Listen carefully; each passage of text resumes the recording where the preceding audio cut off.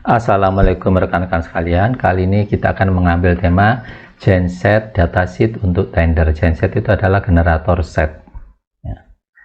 Sekarang pengertian dari datasheet. Datasheet adalah dokumen yang berisi data spesifikasi dari peralatan yang diinginkan atau ditentukan oleh user sebagai pemilik proyek. Pada saat melakukan tender proyek, dokumen datasheet sangat diperlukan untuk evaluasi teknik. Pihak user atau pemilik proyek menyediakan datasheet standar untuk tiap-tiap item peralatan, khususnya peralatan utama. Jadi kontraktor pemenang tender selanjutnya membuat datasheet revisi untuk diajukan lagi ke user dan meminta persetujuan atau approval. Jadi bagi rekan-rekan sekalian yang mau ikuti tender supaya ada pengalaman, bisa belajar video ini tentang datasheet. Kalau kita lihat alurnya, datasheet dari dokumen tender di sini, kemudian oleh kontraktor pemenang tender, kita anggap saja kontraktornya sudah ditunjuk, pemenangnya sudah ada, sehingga pihak kontraktor akan membuat datasheet revisi, datasheet revisi di sini. Datasheet revisi ini berasal dari datasheet standar, kemudian dibandingkan dengan data-data dari spesifikasi yang didapatkan dari supplier atau dari rekanan. Misalkan kita memilih genset dengan merek katakanlah Perkin misalkan, nanti akan kita sesuaikan datasheet dari standar tadi, kita sesuaikan dengan spesifikasi dari genset merek Perkin.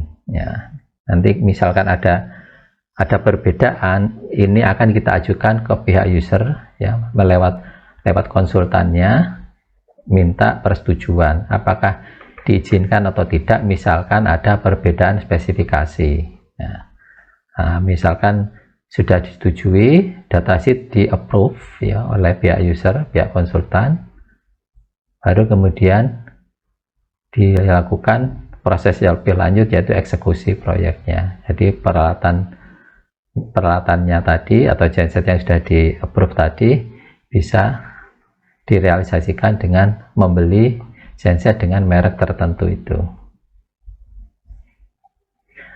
Nah, sekarang kita bicara masalah genset ya. Tadi yang kita ambil contoh datasheet untuk genset. Pada genset itu ada istilah prem dan istilah standby. Prem capacity adalah kapasitas beban yang dapat ditanggung genset untuk waktu yang tak terbatas. Jadi beroperasi penuh selama 24 jam. Nah, besarnya beban ini tidak melebihi 80% dari kapasitas premnya. Jadi misalkan kapasitas prem yang tertera adalah 100 kVA, maka genset yang dipakai bebannya adalah kisaran 80 kVA. Sekarang istilah standby adalah kapasitas genset yang ditetapkan dengan pertimbangan bahwa genset jarang digunakan. Misalkan untuk keperluan emergensi saja gensetnya, misalkan kalau ada PLN mati, gensetnya beroperasi. Nah, ini kita bisa menggunakan ini keperluan standby. Kalau yang prime atau beroperasi terus-menerus, misalkan untuk pembangkit tenaga diesel, ini kapasitasnya adalah prime capacity. Nah, kapasitas standby ini yang tertera bisa 5-10% lebih besar dari kapasitas prime yang tertera. Kita lanjutkan dengan bentuk dari dokumen datasheet tersebut. Kita ambil contoh, ini dokumen yang dikeluarkan oleh pihak Pertamina. Di sini nanti kontraktornya, ini saya hapus saja untuk kontraktornya. Ini datasheet for generator set. Data-datanya seperti di sini general. Di sini nomor 1 tag number, kemudian servisnya untuk apa genset tersebut, ini untuk transfer pump sebagai emergency power, kemudian outputnya standby, kapasitasnya 1000 kVA, tipenya silent, posisinya untuk indoor, tegangannya 3,3 kV, ini spesifikasi utama frekuensinya 50 Hz, engine speed 1500 sampai 1800 rpm, ratingnya berdasarkan ISO ini, kemudian overload power as vendor specific. Tank capacity 750 liter. Konsumsi fuel consumption-nya 750 liter per jam. Silindernya 8 inline, cycle-nya 4 stroke ya, dan sebagainya. Ini engine technical data. Ya, induction-nya, cooling metode-nya, governing tape-nya ya, dan sebagainya. Kemudian di sini ada tulisan as vendor specific ya. Di sini ada kelonggaran ya, data-data ini diisi setelah kita memilih vendor yang ditetapkan atau supplier yang kita tetapkan ya, merek apa misalkan. Nanti akan kita ambil dari data-data itu, kita masukkan ke sini ke vendor spesifik ini. Jadi di sini masih dikosongi, nanti akan diisi sendiri ya, diisi setelah kita memilih vendor yang kita tunjuk atau merek yang kita pilih. Cooling sistemnya ya, ini semuanya masih kosong ya.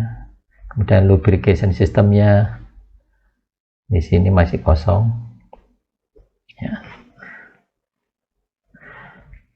Kemudian kita lihat aplikasinya, yaitu di single line ya. Di sini single line yang digunakan ya, listrik dari PLN masuk ke circuit breaker ya. Di sini circuit breaker 20 kV, bisa VCB ya, vacuum circuit breaker misalkan. Di sini ada trafo, yaitu tegangan 20 kV ke 3,3 kV, karena tadi genset yang diinginkan adalah 3,3 kV.